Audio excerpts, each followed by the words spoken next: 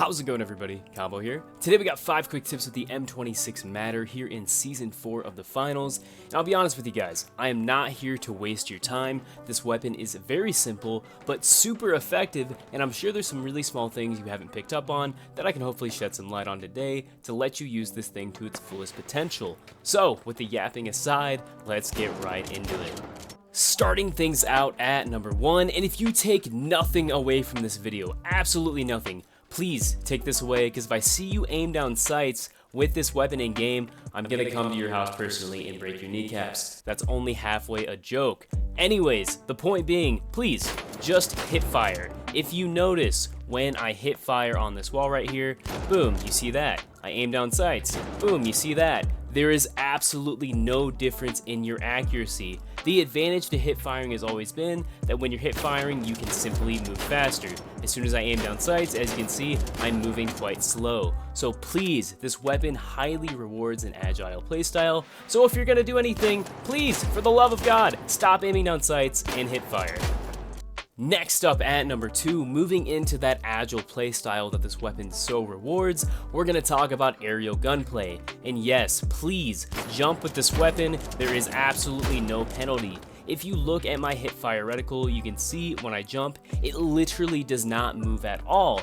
That means, regardless of what area you find yourself in, even if that is jumping off a platform, as you can see, I have absolutely no penalty. And what that means is you can use certain things to your advantage. Let's say you're using the dash and you jump up, as you can see, I can hit fire shots no problem, as I have no penalty. So please, use this thing, strafe, jump around, make yourself as difficult to hit as possible, because I promise you, it's not going to hurt your reticle. So please, for the love of God, get in the air, jump around, strafe. Use this weapon to its fullest potential. Next up at number 3, we have the kill combos for the Matter. You learned how to be agile and move around, now let's learn how to kill people most efficiently. So, starting out with mediums, it is going to be 2 shots and a quick melee. You can of course go for that 3rd shot, but most of the time the melee is going to be faster. With lights, this is extremely strong. If you are losing your gunfights at close range against lights, you're doing something wrong. It's going to be a simple 1 shot and quick melee, and they are gone. I cannot stress how strong this is, especially because even if you're far away, 2 shots, you don't even have to be accurate and you can take them out. Very powerful. And even more powerful than that is the ability to 3-shot heavies, and this is super cool. One thing I want to note that I see people do that is a mistake, this weapon does not benefit from headshot damage. So please, aim center mass, hit as many pellets as possible, and hit those awesome timed kills, because as you can see, they're pretty dang nasty. Next up at number 4, we have the specialization you should be using. Now personally, I think there's only one that you can go with, that being the evasive dash. I do understand the grappling hook is good for escaping as well as engaging targets, because once again, you're not penalized for being airborne and you can move quite quickly and hip fire.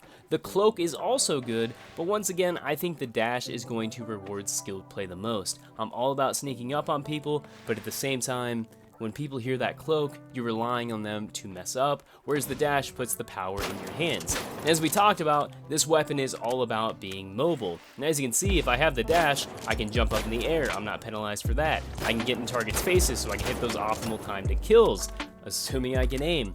Everything this weapon does is only greatly benefited by the dash, so if it was up to me, if I had to choose one of the 3, I would say the dash is the best, the grapple is the 2nd best, and the cloak is 3rd.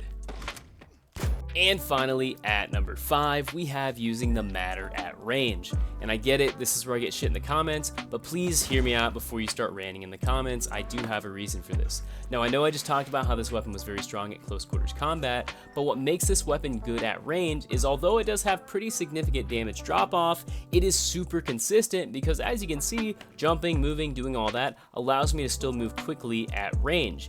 And what happens when you get further away from a target? You're harder to hit. So you can combine the fact that it's hard for targets to hit you with the fact that you really don't have to be accurate at all with this thing. And as you can see right there, I was moving, I was jumping, I was doing all that, and I was still able to kill that target in 5 shots, not really aiming too much. As you can see, my aim here really isn't great, but I'm still able to hit those shots because the spread is good. Even from right there, light targets, they might be able to take you out with like an XP54, which is fine, but if I'm moving around, dashing, doing all that stuff, it's gonna be really hard for them to hit their shots, but not hard for me. me. Now, of course, at like 50 meters, no, don't use this thing because, you know, you're peppering people and you're just giving away your position.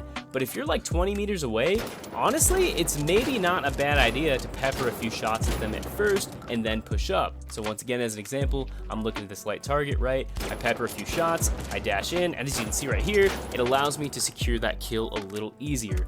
All these things are just things to consider, right? At the end of the day, the situation you find yourself in is going to dictate what works best, but understand that although the range in this thing isn't crazy, you can still take advantage of its consistency.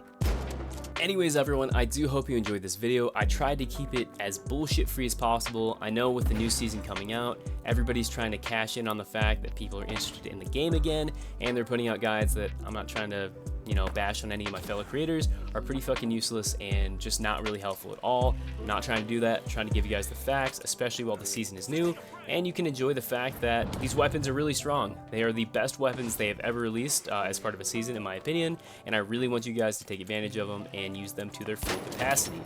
Anyways, guys, I'm done yapping. Thank you so much for coming. I apologize for my voice. I'm coming over kind of being sick right now, so if I sound like the kid from Polar Express, well, that's why. Anyways, guys, expect more videos coming very soon on the new weapons and maybe some other things as well. Still kind of figuring that out. But yeah, this has been Combo. Stay home, stay safe, and yeah, peace out, everybody. Later.